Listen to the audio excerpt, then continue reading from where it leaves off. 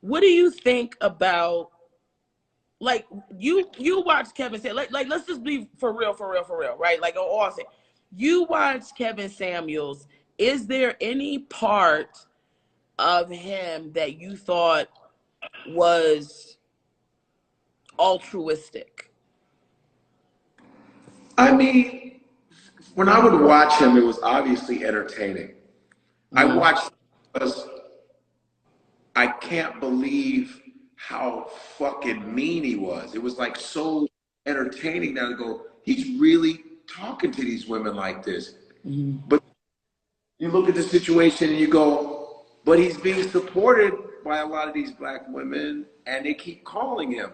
And his numbers were crazy. I was like, Mm-hmm. man, it has 20,000 people on his thing. Mm-hmm. 20,000. Yeah. And it Mm-hmm. was like they wanted this torture, you know? And sometimes, a broken clock is right twice a day.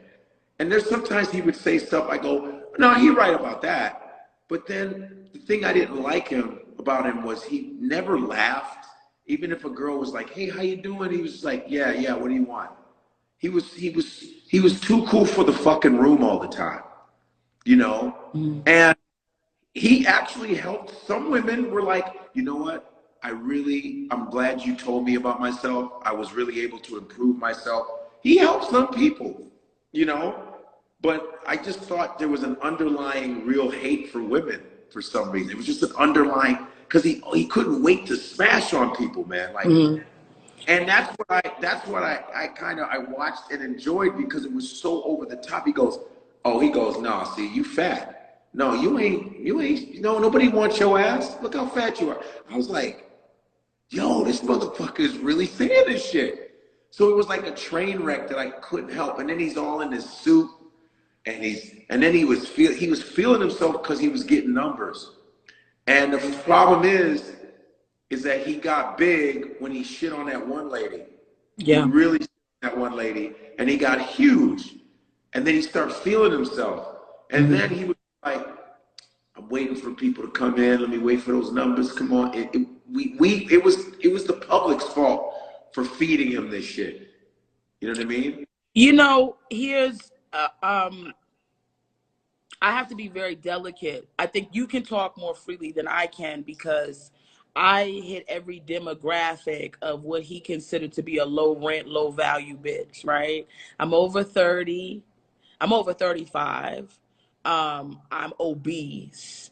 I am, what was the other thing? I don't have any children, but I definitely have had dinner with men after 2:30 in the afternoon. So according to him, I deserve to be raped.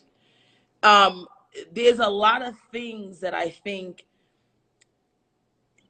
that I have to caution myself because it's easy for people to dismiss whatever I have to say about him because we're starting to use these terms like, well, he was speaking hard truths. He was, women don't like the truth. Sometimes the truth hurts. And I think that, I don't like to build arguments based upon fallacies, right? The reality is there are concerns that obviously men had where women are not unaware of. There's concerns that certain men have about women, right? Sure, men want to feel like men, and men like delicate women, and some men, I'm not going to place all men in it. Some men Yeah. like delicate women. Some men like women, to remind them of their mothers in some form, right? They want a woman that's at home and making them dinners. The problem when you start to try to shape a woman like that as a man to find a woman that is fitting your needs, cooking you dinner, providing you with pussy, bringing you kids into this world, and just completely prostrating herself and sacrificing her entire being just to be available to you means you really want somebody that has servitude, and you're not really considering that this is a human being that also has wants and needs and desires and wants forms of happiness, and there should be some type of reciprocity. That's the biggest thing that I had a problem with. He never really spoke about reciprocity. Number Right. two, is we have this thing in the community, in the black community, right, where we like to vilify black women who, because there's a lot of conversation about, oh, you got your degree. What does that mean? So what? You got a PhD. Why are you putting a black woman down for being proud of having a PhD? Why are Yeah, you why yeah. why are we not looking at, instead of these men looking, this whole Mhm. idea of black women saying I'm an independent woman didn't come out of black women just going, I want to say I'm an independent woman. This kind of conversation comes out of black women having the necessity to have to be independent women because they don't have a foundation that they can really fall back on. Whether black men want to acknowledge that or not, black women are lacking in support. So instead of part of the conversation being, sure, there's some women out here with fucked up attitudes, women out here who are not viable, who are sort of delusional about who they are. At the same time, where is the conversation about, instead of men being so worried about what a woman can do to make a man feel like a man, why the fuck can't you just be a man?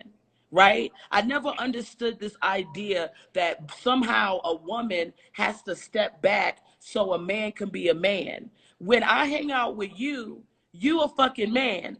I'm a loud ass bitch who runs her fucking mouth, and never once has that stopped you from being the man that you are. You've never been intimidated by me. You've never had to disrespect me. You've always been able to be who the fuck you were. You've never asked me to let you be a man. So why Right. can't other niggas do that? It's insecurity.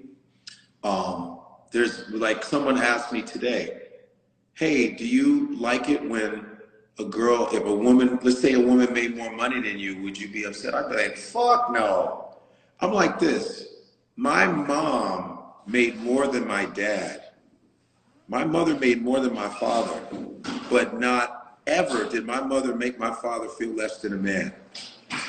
And you know, we're little, we don't know who's making more. They both were combining their income to feed us, to get us through school. But my mother made more than my dad, Yeah. you know. But my mother never, ever clowned his manhood. My father was fine with that. Our thing was the respect. My mother didn't go, I make more than you. How you like that? My thing is with successful black women, I love that shit. My ex-girl was making more than me when I was doing comedy. She was making, I didn't give a fuck.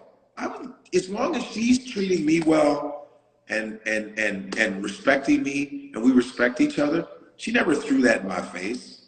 Like, but I've never been intimidated by successful women. I never have. The women that I dated were all successful. I never was intimidated because I'm like, my business is one of those things where you can be $100 million motherfucker or you'll be $100,000 motherfucker. I love what I do. I'm good at what I do. As long as they respect that and they see that I'm doing the best that I can, it's all that's all it takes. But if they're rubbing it in your face like, nigga, you ain't shit, that's different, but that's individual.